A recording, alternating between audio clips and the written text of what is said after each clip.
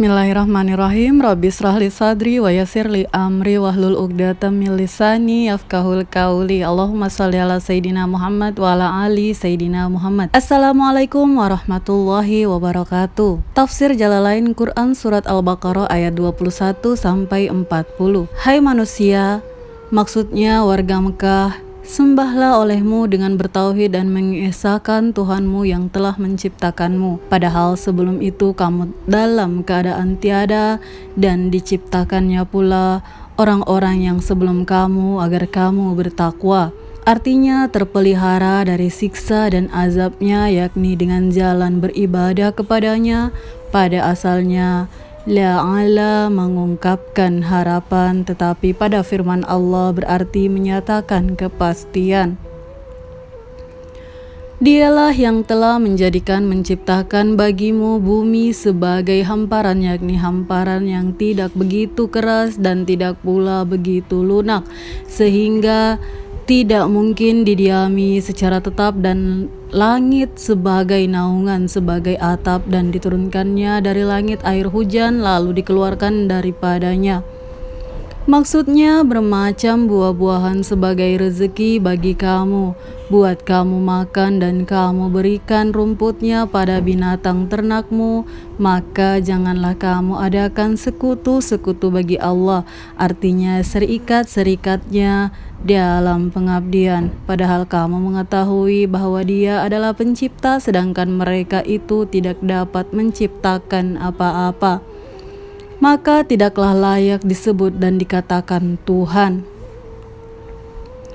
Sekiranya kamu merasa ragu atau bimbang tentang apa yang kami turunkan kepada hamba kami, maksudnya tentang Al-Quran yang kami wahyukan kepada Muhammad, bahwa itu benar-benar dari Allah, maka buatlah sebuah surah yang sebanding dengannya, dengan surah yang diwahyukan itu, min mislihi, min yang berarti dari.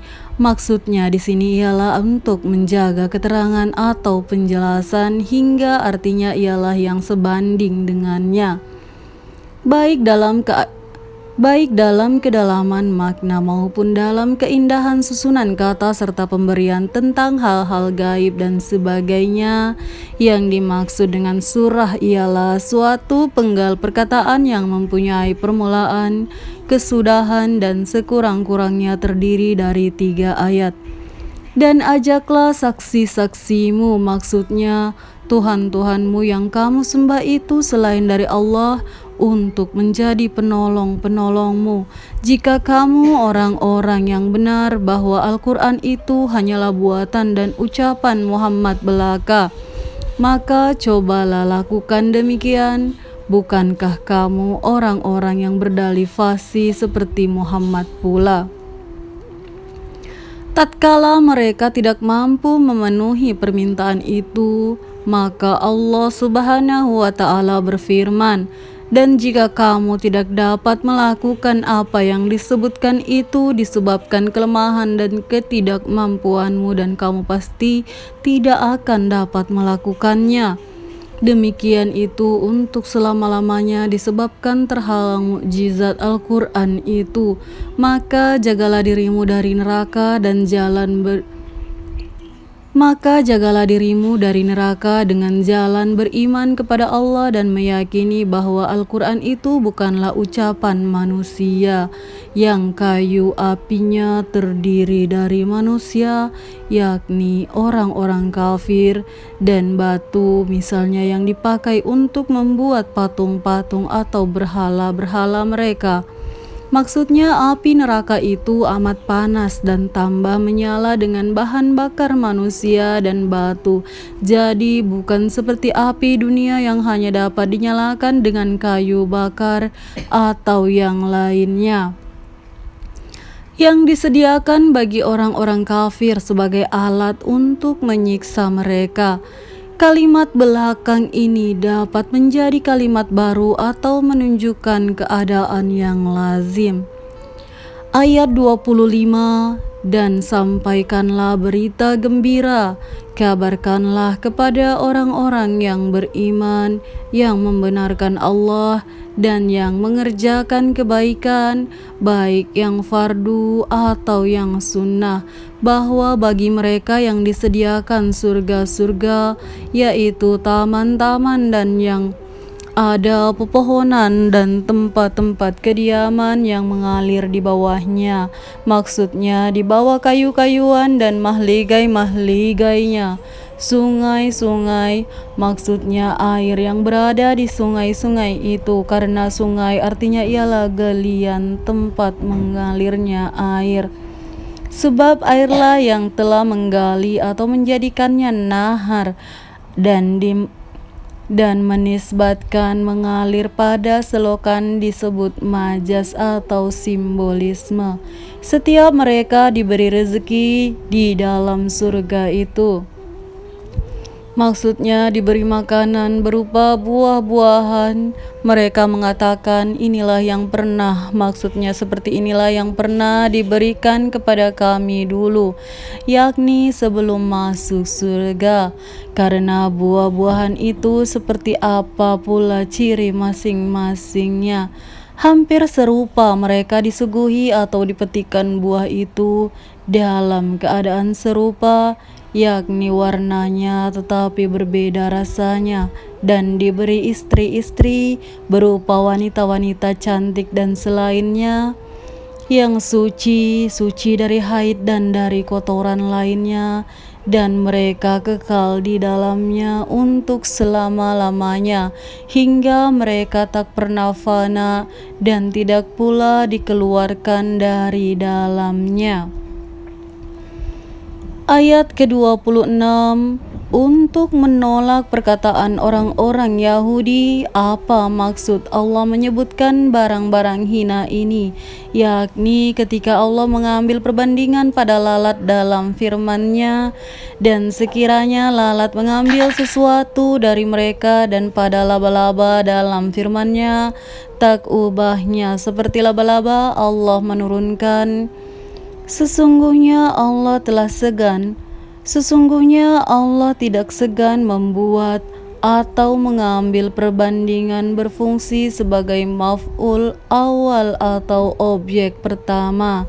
Sedangkan apa juga kata penyerta yang diberi keterangan dengan kata-kata yang tidak di belakangnya menjadi maf'ul tsani atau objek kedua hingga berarti tamsil perbandingan apapun jua.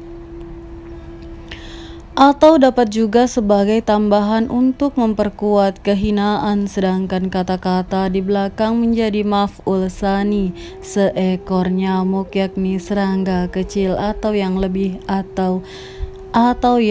atas dari itu, artinya yang lebih besar dari itu.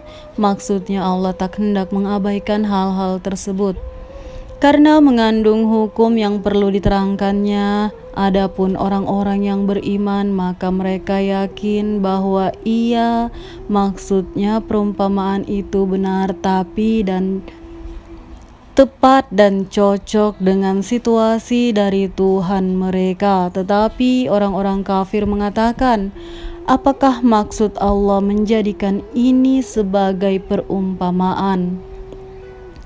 Mathalan atau perumpamaan itu berfungsi sebagai tamyiz hingga berarti dengan perumpamaan ini yang berarti apakah merupakan kata-kata pertanyaan disertai kecaman dan berfungsi sebagai mubtada atau subjek, sedangkan nadza berarti yang berikut silahnya atau kata-kata pelengkapnya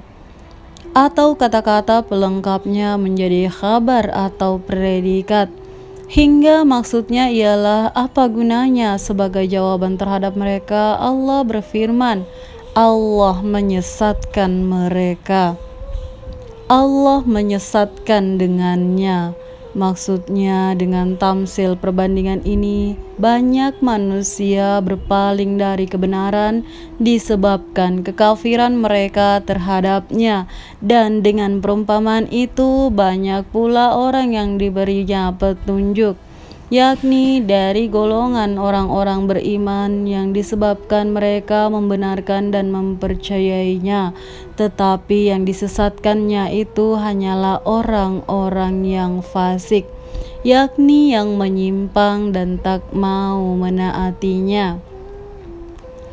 Ayat ke-27, orang-orang yang merupakan naat atau sifat melanggar janji Allah, melanggar kewajiban yang ditugaskan Allah kepada mereka dalam kitab-kitab suci, berupa keimanan kepada Nabi Muhammad SAW setelah kukuhnya perjanjian itu, dan memutuskan apa yang diperintahkan Allah dengannya untuk dihubungkan, yakni beriman dengan menghubungkan silaturahmi dengan Nabi SAW serta lain-lainnya.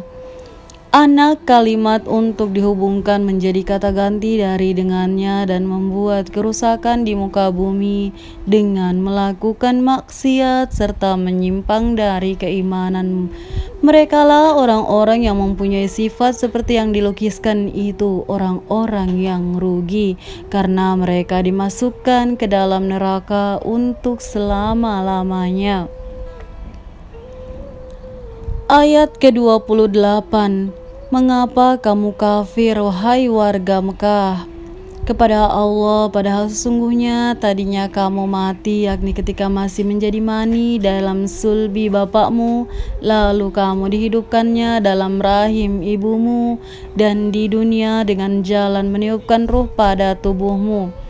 Pertanyaan di sini untuk menyatakan keheranan atas kekafiran mereka, padahal bukti-bukti cukup ada atau dapat juga sebagai celaan dan kecaman terhadap mereka. Kemudian dimatikannya ketika sampainya ajalmu, lalu dihidupkannya kembali pada saat berbangkit. Kemudian kamu dikembalikannya kepadanya. Kemudian kamu dikembalikan kepadanya, yakni setelah berbangkit itu, lalu dibalasnya amal perbuatanmu sebagai balasan kemungkinan saat berbangkit. Ayat ke-29, Dialah yang menciptakan bagimu segala yang terdapat di muka bumi, yaitu menciptakan bumi beserta isinya, kesemuanya agar kamu memperoleh manfaat dan mengambil perbandingan darinya. Kemudian dia hendak menciptakan. Artinya setelah menciptakan bumi tadi, dia bermaksud hendak menciptakan pula langit, maka dijadikannya langit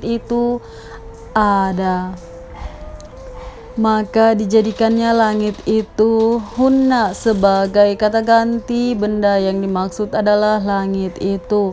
Maksudnya ialah dijadikannya, sebagaimana didapati pada ayat yang lain, faqadahahunna, yang berarti maka ditetapkannya mereka 7 langit, dan dia maha mengetahui atas segala sesuatu, dikemukakan secara mujmal, ringkas, atau secara mufassal, terinci. Maksudnya, tidakkah Allah yang mampu menciptakan semua itu dari mula pertama, padahal dia lebih besar dan lebih hebat daripada kamu, akan mampu pula menghidupkan kamu kembali. Ayat ke-30, dan ingatlah hai Muhammad ketika Tuhanmu berfirman kepada para malaikat, sesungguhnya aku hendak menjadikan seorang khalifah di muka bumi yang akan mewakili aku dalam melaksanakan hukum-hukum atau peraturan-peraturanku padanya, yaitu Adam. Kata mereka, kenapa hendak engkau jadikan di muka bumi itu orang-orang yang akan berbuat kerusakan padanya, yakni dengan berbuat maksiat dan menumpahkan darah, artinya mengalir darah dengan jalan pembunuhan sebagaimana dilakukan oleh bangsa jin yang juga mendiami bumi. Tatkala mereka yang telah berbuat kerusakan, Allah mengirim malaikat kepada mereka, maka dibuanglah mereka ke pulau-pulau dan ke gunung-gunung, padahal kami selalu bertasbih. Maksudnya selalu mengucapkan tasbih dengan memujimu, yakni dengan membaca Subhanallah wa bihamdi, artinya Maha suci Allah dan aku memujinya dan menyucikanmu. membersihkanmu dari hal-hal yang tidak layak bagimu. Huruf lam pada laka itu hanya sebagai tambahan saja, sedangkan kalimat semenjak padahal berfungsi sebagai hal atau menunjukkan keadaan dan maksudnya adalah padahal kami lebih layak untuk diangkat sebagai khalifah. Allah berfirman, sesungguhnya aku mengetahui apa yang tidak kamu ketahui tentang maslahat atau kepentingan mengenai pengangkatan Adam dan bahwa di antara anak cucunya ada yang taat dan ada pula yang durhaka hingga terbukti dan tampaklah keadilan di antara mereka. Jawab mereka, Tuhan tidak pernah menciptakan makhluk yang lebih mulia dan lebih tahu dari kami, karena kami lebih dulu dan melihat apa yang tidak dilihatnya. Maka Allah Ta'ala pun menciptakan Adam dari tanah atau lapisan bumi dengan mengambil dari setiap corak atau warnanya barang segenggam. Lalu diaduknya dengan bermacam-macam jenis air, lalu dibentuk dengan ditiupkannya ruh hingga menjadi makhluk yang dapat merasa setelah sebelumnya hanya barang beku dan tidak bernyawa. Ayat ke-31, dan diajarkannya kepada Adam nama-nama, maksudnya nama-nama benda kesemuanya dengan jalan memasukkan ke dalam kalbunya pengetahuan tentang benda-benda itu, kemudian dikemukakannya mereka. Maksudnya benda-benda tadi yang ternyata bukan saja benda-benda mati tetapi juga makhluk-makhluk berakal. Kepada para malaikat lalu Allah berfirman untuk memojokkan mereka, beritahukanlah kepadaku, sebutkanlah nama-nama mereka, yakni nama-nama benda itu, jika kamu memang benar bahwa tidak ada yang lebih tahu daripada kamu di antara makhluk-makhluk yang kuciptakan, atau bahwa kamulah yang lebih berhak untuk menjadi khalifah sebagai jawab syarat yang ditunjukkan oleh kalimat sebelumnya. Ayat ke-32, jawab mereka, Maha suci Engkau, artinya tidak sepatutnya kami akan menyangga kehendak dan rencanamu. Tak ada yang kami ketahui kecuali sekedar yang telah Engkau ajarkan kepada kami. Mengenai benda-benda tersebut, sesungguhnya Engkaulah sebagai taukid atau penguat bagi Engkau yang pertama, yang Maha tahu lagi Maha bijaksana, hingga tidak seorang pun yang lepas dari pengetahuan serta hikmah kebijaksanaanmu.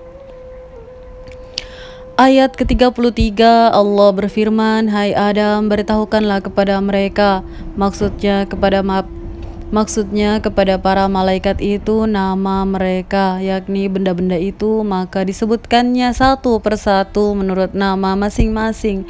Berikut hikmah yang diciptakannya oleh Allah. Maka setelah diberitahukannya kepada mereka nama benda-benda itu, Allah berfirman kepada mereka guna mencela mereka, bukankah sudah kukatakan kepada kalian bahwa aku mengetahui rahasia langit dan bumi? Maksudnya mengetahui barang yang tersembunyi pada keduanya dan mengetahui apa yang kamu lahirkan, yaitu ucapkan, dan kamu keluarkan, yaitu kenapa hendak engkau jadikan, dan seterusnya. Dan apa yang kamu sembunyikan, yaitu ucapan yang kamu sembunyikan, seperti Allah tidak pernah menciptakan makhluk yang lebih mulia, lebih pandai dari kami. Ayat ke-34, dan ingatlah ketika kami berfirman kepada para malaikat, sujudlah kalian kepada Adam, maksudnya sujud sebagai penghormatan dengan cara membungkukkan badan. Maka mereka pun sujud kecuali iblis, yakni nenek moyang bangsa jin yang ada di antara para malaikat. Ia enggan tak hendak sujud dan menyombongkan diri dengan mengatakan bahwa ia lebih mulia daripada Adam, dan iblis termasuk golongan yang kafir dalam ilmu Allah Ta'ala. Ayat ke-35, dan kami berfirman, Hai Adam, berdiamlah kamu, yakni kamu sendiri, kamu yang kedua yang berfungsi sebagai penguat bagi yang pertama, dan dihubungkan dengannya yang ditampilkan sebagai domir atau kata ganti yang tersembunyi bersama istrimu, yakni Hawa yang diciptakan dari tulang rusuk Adam yang sebelah kiri. dalam surga ini dan makanlah di antara makanan-makanannya yang banyak dan tidak dilarang, di mana saja kamu sukai, tetapi janganlah kamu dekati pohon ini, pohon anggur atau batang gandum ini atau lain-lainnya. Maksudnya jangan memakan buahnya hingga kamu menjadi orang-orang yang lalim atau durhaka. Ayat ke-36, lalu keduanya digelincirkan oleh setan, oleh iblis, dan menurut suatu qiraat fa'azallahuma, artinya maka iblis pun menyingkirkan keduanya daripadanya, maksudnya dari dalam surga, dengan memperdayakan serta mengatakan kepada mereka, maukah kalian saya tunjukkan suatu macam pohon kekal yang akan mengekalkan kehidupan kalian? Itulah dia Syajaratul Khuldi atau pohon keabadian. Ia tidak lupa bersumpah atas nama Allah bahwa mereka hanyalah hendak menyampaikan nasihat dan anjuran bagi baik belaka. Maka Adam dan Hawa pun memakan buah itu, dan Allah mengeluarkan mereka dari keadaan yang mereka alami semula, yakni dari nikmat surga, dan firman kami, turunlah kalian, maksudnya ke bumi, yakni kalian berdua bersama anak cucu kalian itu menjadi musuh bagi yang lain, disebabkan penganiayaan sebagian kalian terhadap lainnya, dan bagi kalian tersebut tempat kediaman di bumi, artinya tempat menetap dan kesenangan berupa hasil tumbuh-tumbuhan yang kalian senangi dan dapat kalian nikmati sampai waktu tertentu, maksudnya hingga saat datangnya ajal kalian nanti. Kemudian Adam menerima beberapa kalimat dari Tuhannya, yakni dengan diilhamkannya kepadanya. Menurut suatu qiraat Adama dibaca nasab, sedangkan kalimatun dibaca rofa, sehingga arti kalimat menjadi maka datanglah kepada Adam kalimat dari Tuhannya, yakni yang berbunyi Rabbana zalamna anfusana, artinya ya Tuhan kami telah berbuat aniaya kepada diri kami, dan seterusnya. Maka Adam pun menyampaikan doanya dengan ayat tersebut. Maka Allah menerima tobatnya, artinya mengampuni dosanya. Sesungguhnya Dia Maha Penerima taubat terhadap hamba-hambanya, lagi Maha Penyayang terhadap mereka. Ayat ke-38, kami berfirman, turunlah kalian daripadanya, maksudnya dari surga. Semuanya diulanginya dan dihubungkannya dengan kalimat yang mula-mula tadi. Kemudian jika asalnya dari inma, yang diidgamkan menjadi imma, yang berarti jika huruf syarat dan ma sebagai tambahan, datang petunjukku kepada kalian berupa kitab dan rasul, maka barang siapa yang mengikuti petunjukku, lalu ia beriman kepadaku dan beramal serta taat kepadaku, niscaya tak ada kekhawatiran atas mereka dan tidak pula mereka berduka cita, yakni di akhirat kelak, karena mereka akan masuk surga. Ayat ke-39, adapun orang-orang kafir dan mendustakan ayat-ayat kami, mendustakan kitab-kitab suci kami, mereka itu penghuni neraka, mereka kekal di dalamnya. Mereka tetap tinggal di sana untuk selama-lamanya, tidak akan mati dan tidak pula akan keluar. Dan ayat yang terakhir adalah ayat 40, Hai Bani Israel, maksudnya ialah anak cucu Yakub, ingatlah akan nikmat karuniaku yang telah kuberikan kepada kalian, maksudnya kepada nenek moyang kalian, berupaya menyelamatkan kalian dari kejaran Fir'aun, membelah lautan, menaungkan awan, dan lain-lain, yaitu mensyukuri dengan jalan taat kepadaku. Dan penuhilah janji kalian kepadaku yang telah kalian janjikan dulu berupa keimanan kepada Muhammad. Niscaya aku penuhi pula janjiku kepada kalian berupa pemberian pahala dan masuk surga, dan hanya kepadakulah kalian harus takut hingga kalian tidak berani menyalahi janji itu, dan kalian tidak perlu takut kepada pihak lain.